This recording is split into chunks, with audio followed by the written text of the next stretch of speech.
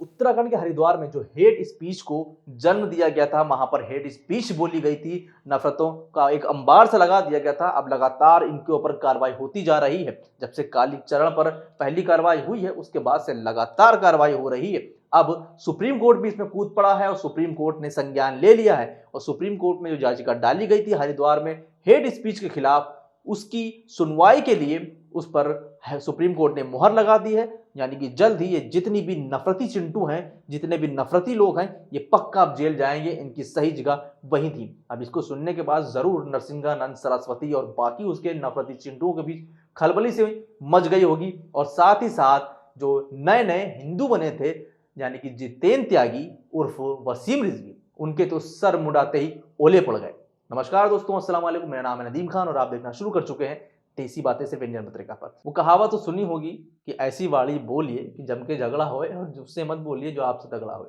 तो भारत का संविधान सबसे तगड़ा है और अब संविधान ने ही, जो संविधान का रखवाला है सुप्रीम कोर्ट, उसने भी हरिद्वार में दी गई हेट स्पीच के खिलाफ सुनवाई करने के लिए मुहर लगा दी है। अब आप सोचिए कि कितना ज्यादा खलबली मच गई होगी इन जो नफरती चिंटू हैं, जिन्होंने हरिद्वार में भाषण दिया, नरसंहार का वाहन किया, मुसलमानों को काट देने की बातें की, युवाओं से शिक्षा को छोड़कर हथियार उठाने की बातें की, एक स्लोगन ही चेंज कर दिया, शस्त्रमेव जयते, यानी कि सत्यमेव जयते, जो इतना पाक और साफ नारा था उसको शस्त्रमेव जयते कर दिया। अब इनको सुप्रीम कोर्ट बताएगा कि शस्त्रमेव जयते कि सत्यमेव जयते। अब यहाँ पर सीधे सीधे हरिद्वार में अब जो उन्होंने कांड किया है उस पर ये फंसते जा रहे हैं।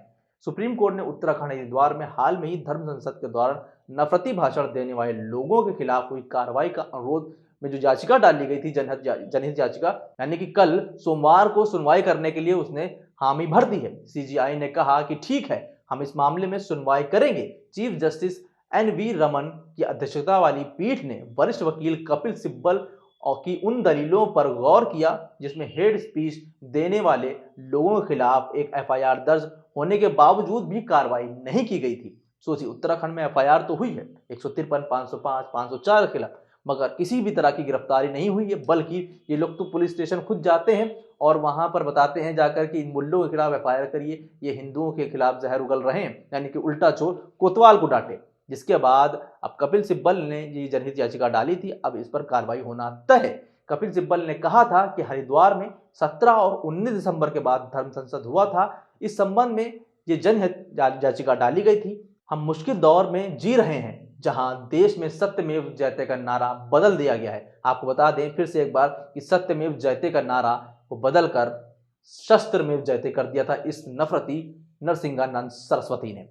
फिलहाल चाटुकारिता की एक हद होती है, मतलब कि अगर आपके अंदर दम है तो आप गलत को गलत बोलेंगे और सही को सही बोलेंगे, मगर यहाँ तो उल्टा है। इसी तरीके से मैं आपको बताने जा रहा हूँ रवि किशन ने क्या किया है। वैसे आपको बता दूं कि जब आप पूछेंगे कि काम का जवाब मिलेगा राम, जब आप पूछेंगे महंगाई, जवाब मिलेगा काशी हमने बनवाई, जब आप पूछेंगे पढ़ाई तो जवाब में वो करेंगे अपनी बड़ाई, और पूछेंगे बीमारी तो जवाब मिलेगा अब मथुरा की है तैयारी। अब ये लोग जो हैं राम को लाने वाला बता रहे हैं, यानी कि योगी जी को बताया जा रहा है कि योगी जी ने राम को और शिव को बढ़ाने वाला बता दिया, यानी कि अब भगवान के भी भगवान बनने की तैयारी हो रही है। सोचिए किस कदर की चाटुकारिता में व्यस्त हो चुके हैं ये लोग कि अंधे हो गए हैं। भगवान के ऊपर का भगवान इनको बनाए दे रहे हैं योगी महाराज को। रवि किशन ने एक ट्वीट किया जिसके बाद जनता ने जमकर लताड़ लगाई है। रवि किशन ने अपने ट्वीट में कहा कि विरोधी लोग सुन ले, जो राम को लाए और शिव को बढ़ाए हम उनको लाएंगे, यानी कि राम को लाने वाले, मुझे हंसी आ रही, मैं क्या कहूं इस पर, यानी कि राम को लाने वाले योगी महाराज हैं, शिव को बढ़ाने वाले योगी महाराज हैं। सोचिए, यानी कि भगवान के भी भगवान बनने की कोशिश की जा रही है। इतनी ज्यादा चापलूसी किस हद तक सही है, लेकिन जब आप चापलूसी की सारी हदें पार कर देते हैं तो जनता यहां पर जनार्दन है और जनता ने खरी खोटी सुनाई है इस ट्वीट के बाद। किसको? रवि किशन को। एक एक करके ट्वीट मैं आपको दिखाता हूं। एक ट्वीट में एक यूजर ने लिखा, सुन लीजिए, जो युवाओं पर लाठीचार्ज करवाए, उन्हें गालियां दिलवाए, किसानों पर थार चढ़वाए, हाथरस में रात में बिटिया को लाशें जलवाए, महिलाओं की साड़ी खिंचवाए, चिन्मयानंद को बचवाए, पिछड़े दलितों के आरक्षण को नौकरी से छिनवाए, जनता ऐसी पार्टी को वोट नहीं देगी, जनता इन्हें सत्ता से हटाएगी। वहीं दूसरे यूजर ने लिखा, हे रिमोट से लहंगा उठाने वाले सांसद महोदय, ये अपने आंगन में एक बालक न ला पाए, उनको अहंकार है कि वो राम को लाएंगे।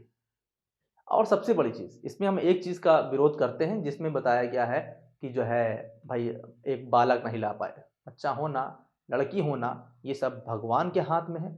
और इनको भी आप मतलब विरोध करने के चक्कर में किसी को इस तरीके का विरोध करना भी ठीक बात नहीं है। खैर, ये इनकी अपनी सोच है, इसका हम सपोर्ट नहीं करते हैं। इसके बाद रवि किशन को और लोगों ने भी ट्रोल किया। एक और यूजर ने लिखा, रवि किशन जी, बचपन से यही सुनते आए हैं कि श्री राम सबको दुनिया में लाते हैं और शिव सर्वप्रिय हैं, महादेव हैं, संहारक हैं। अब राम को लाने वाला और शिव को बढ़ाने वाला इस धरती पर किसने अवतार ले लिया है? राजनीतिक चापलूसी में भगवान की मर्यादा को भंग मत कीजिए, निवेदन है। जो बहुत सही बात कही गई है कि भैया ऐसा ना हो कि तुम चापलूसी के चक्कर में इतना बढ़ जाओ कि सारी हदें ही पार कर दो। इसके बाद अब क्या कहा जाए कि भगवान के भी भगवान बनाने की कोशिश और कवायद अब शुरू कर दी गई है, यानी कि चापलूसी में सारी हदें पार कर दी गई हैं। क्या आपको लगता है कि राम को, शिव जी को हमारी ज़रूरत है, हमारी हिफाजत की ज़रूरत है?